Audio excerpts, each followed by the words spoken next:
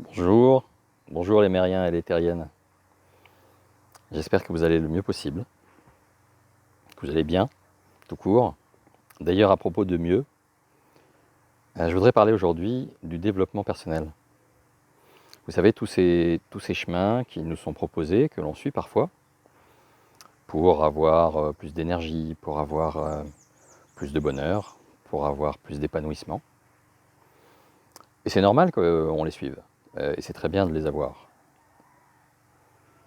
Après tout, chacun cherche le bonheur, chacun a droit au bonheur. Et donc chacun a droit au mieux-être, au mieux vivre, au mieux faire, au mieux tout ce qui est mieux, ou tout simplement tout ce qui est bien. Et en même temps, je vous parle de ça parce qu'il y a quelque chose auquel il faut faire attention dans ces chemins. D'abord, il faut être prêt à ce que ça nous secoue. Parce que si c'est vraiment un chemin de développement personnel, tout développement, ça veut dire un changement, et c'est dur de changer. C'est-à-dire qu'on est de toute façon déjà sur un chemin, c'est dur de changer de chemin quand on a déjà fait pas mal de pas. C'est dur de se réveiller quand on dormait tranquillement. C'est dur de poser tout son barda, on ne peut pas se débarrasser comme ça de tout ce qu'on a en le jetant dans le fossé. Donc il faut être prêt à ça. C'est normal, c'est ok. Et puis je voudrais parler d'une deuxième chose, d'un deuxième risque. On parle de développement personnel. On ne parle pas de développement solitaire. Nous sommes rarement seuls. Et il y a quelque chose qui est dangereux, il y a un moment quasiment inéluctable qui est dangereux dans les développements personnels.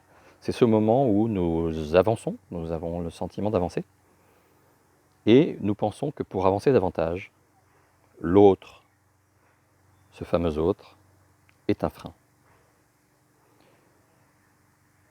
En fait, si on continue à penser que c'est à cause de l'autre que l'on est obligé d'avancer violemment, brusquement, cassé, ou à l'inverse, que l'on ne peut pas avancer, que l'on est obligé de rester comme on est là où on est, on n'est pas, de fait, dans un développement personnel.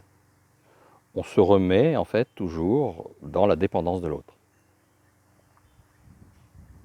En même temps, il est aussi inéluctable de se dire que si j'avance sur un chemin, pourquoi l'autre devrait-il le savoir? Devrait-il le comprendre? Et devrait-il emboîter ce chemin comme ça en claquant des doigts? Ce n'est absolument pas évident. Pourquoi est-ce que l'autre devrait changer? Pourquoi est-ce qu'elle devrait s'adapter? Pourquoi est-ce qu'il devrait changer ses habitudes? Pourquoi devrait-il comprendre qu'il faut absolument qu'il change, qu'il sorte de, vous savez, ce qu'on appelle cette fameuse zone hein, de sécurité, zone de confort, sous prétexte que moi j'ai décidé, ou j'ai compris, peu importe, c'est pas la question, j'en remets pas ça en cause, que pour moi c'est une zone d'inconfort.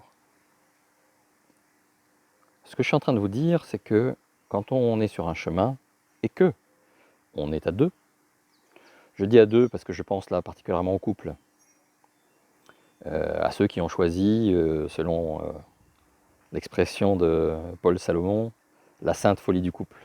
Hein, ce choix, ce beau choix, téméraire. Mais ça marche aussi pour ceux qui ont des enfants à charge, pour ceux qui ont d'autres personnes, enfin, pour tous ceux qui pensent que l'autre est un problème, peut devenir un problème, un obstacle.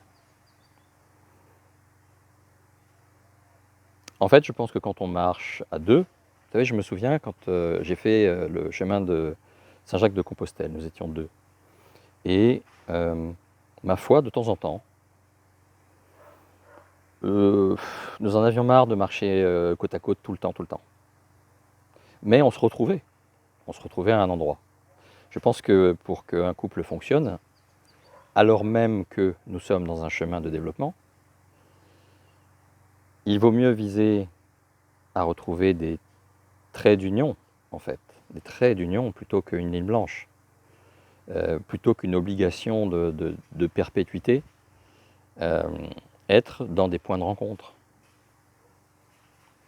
Et lorsque j'ai décidé d'être sur un chemin de développement, eh bien, il faut que je pense à ça, c'est-à-dire que, ben, comme quand on marche ensemble, à un moment, si on s'arrête tous les deux, parce qu'on fait une pause, s'il y en a un qui se lève et qui marche sans avoir prévenu l'autre, ça ne marche pas.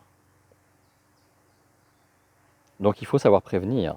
Et puis, dans un chemin de développement personnel, il faut souvent savoir attendre aussi. Attendre que l'autre comprenne. Et pour qu'il comprenne, il faut savoir dire pourquoi on fait ce qu'on fait, pourquoi on a besoin de ça. Savoir exprimer ses besoins et accepter les besoins de l'autre, plutôt que de lui jeter ses demandes à la figure. Savoir dire j'ai besoin de calme, plutôt que de dire casse-toi. Vous voyez ? Je pense que c'est très important, parce que un chemin de développement personnel n'est pas un chemin de développement solitaire, qui serait donc un chemin d'isolement.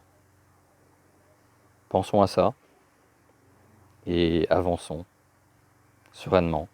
Je serai d'autant plus serein dans mon chemin de développement que je serai également en acceptation, pas en tolérance, en acceptation totale des besoins de l'autre. Prenez bien soin de vous et à bientôt.